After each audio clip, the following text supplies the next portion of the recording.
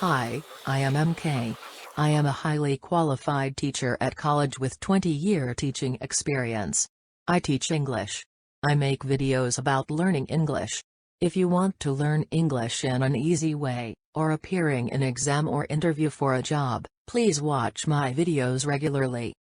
Subscribe my channel, Your English Teacher MK, on YouTube to watch my other videos. Thanks. So, let us get started.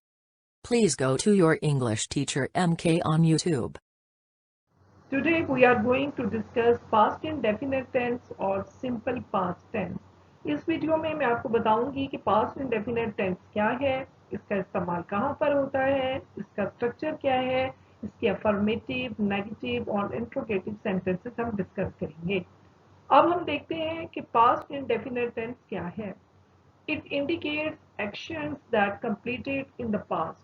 ये हमें उन actions के बारे में बताता है जो पास्ट में मुकम्मल हो गए हैं, ऐसे काम जो कर लिए गए हैं, खत्म हो गए हैं। Actions that happened before and are not taking place currently, यानी ऐसे काम जो हमने माजी में कर लिए हैं और वो अभी नहीं हो रहे, वहां पर पास्ट इंडेफिनिट टेंस का इस्तेमाल किया जाता है। अब हम देखते हैं कि आप कैसे आइडेंटिफाई करेंगे कि कोई फिक्रा पास्ट इंडेफिनिट टेंस का है।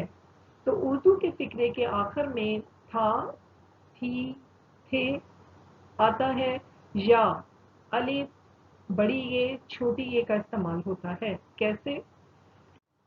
मैंने किताब पढ़ी, छोटी ये आ गया, या मैंने किताब पढ़ी थी, ये पास्ट इंडेफिनिट टेंस है। हमने खाना खाया, अलिफ आ गया, या हमने खाना खाया था। हम कॉलेज गए, बड़ी ये आ गई, या हम कॉलेज गए थे। ये फिक्रे आइडेंटिफाई कर रहे हैं कि ये पास्ट इंडेफिनिट टेंस है। पास्ट इंडेफिनिट टेंस का स्ट्रक्चर बहुत ही सही है। रिमेंबर कि आपने इसमें हमेशा वर्ब की सेकंड फॉर्म इस्तेमाल करनी है। ये वो वाहिद टेंस है जिसमें वर्ब की सेकंड फॉर्म इस्तेमाल होती है। अब हम अफर्मेटिव सेंटेंस का स्ट्रक्चर देखते हैं।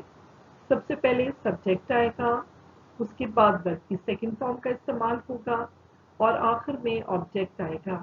एग्जाम्पल देखिए, हमने फुटबॉल खेला, या हमने फुटबॉल खेला था। We played football. We subject है, प्ले की सेकंड फॉर्म प्लेड यूज हुई, फुटबॉल ऑब्जेक्ट है। सारा ने पहला इनाम जीता, या सारा ने पहला इनाम जीता था। सारा won the first prize. सारा सब्जेक्ट है, विन की सेकंड फॉर्म वन यूज हुई, प्राइज ऑब्जेक्ट है। उसने मेहमानों के लिए चाय बनाई, या उसने मेहमानों के लिए चाय बनाई थी। She made tea for the guest. She subject है, मेक की सेकंड फॉर्म मेड का इस्तेमाल हुआ, टी ऑब्जेक्ट है। उन्होंने एक नया घर खरीदा, या उन्होंने एक नया घर खरीदा था। They bought a new house. They subject है, बाय की सेकंड फॉर्म bought का इस्तेमाल हुआ, न्यू हाउस ऑब्जेक्ट है। हम कल कॉलेज गए, या हम कल कॉलेज गए थे। We went to college yesterday. We subject है, go की सेकंड फॉर्म went यूज हुई, कॉलेज ऑब्जेक्ट है। पास्ट इंडेफिनिट टेंस का नेगेटिव बनाने के लिए आप डिड नॉट, या जिसे हम डिडंट भी कहते हैं, का इस्तेमाल करेंगे, लेकिन डिड के बाद वर्ब की फर्स्ट फॉर्म यूज होगी। स्ट्रक्चर देखिए, सबसे पहले सब्जेक्ट आ जाएगा, उसके बाद डिड नॉट का इस्तेमाल होगा, डिड के बाद वर्ब की फर्स्ट फॉर्म इस्तेमाल की जाती है और आखिर में ऑब्जेक्ट आता है। अफर्मेटिव सेंटेंस बनाने के लिए हम वर्ब की सेकंड फॉर्म यूज करते हैं। नेगेटिव में हम हेल्पिंग वर्ब डिड नॉट का इस्तेमाल करते हैं और डिड के बाद फर्स्ट फॉर्म इस्तेमाल की जाती है।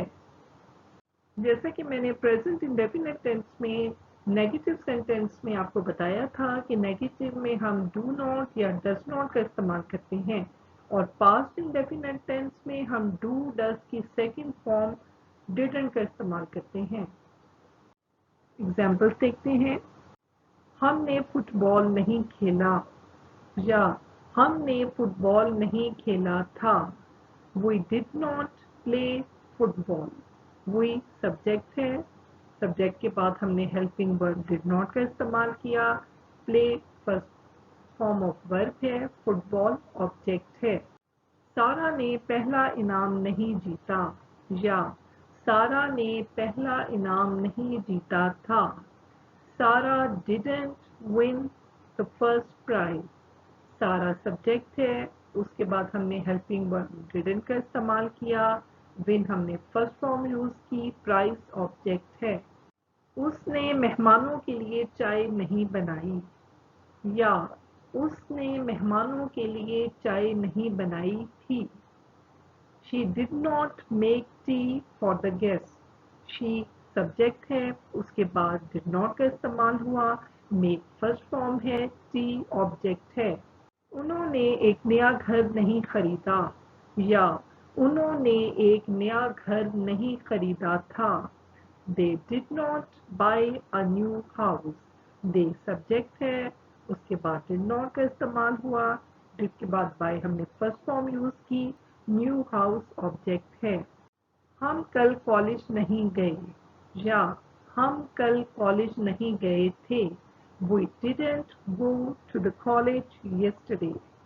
We सब्जेक्ट है, उसके बाद हमने didn't का इस्तेमाल किया। go फर्स्ट फॉर्म हो गई, कॉलेज ऑब्जेक्ट है।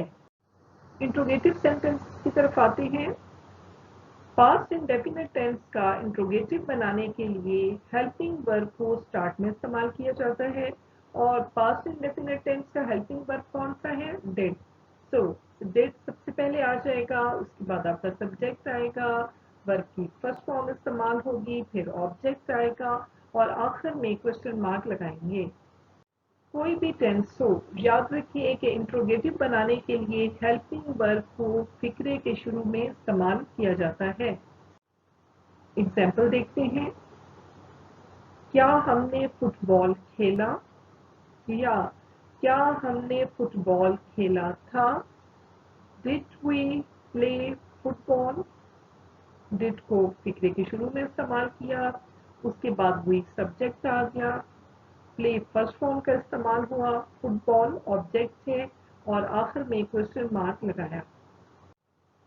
क्या सारा ने पहला इनाम जीता या क्या सारा ने पहला इनाम जीता था। Did Sara win the first prize, question mark. Did sentence के शुरू में आ गया, सारा सब्जेक्ट है, विन फर्स्ट फॉर्म का इस्तेमाल हुआ, प्राइस ऑब्जेक्ट है।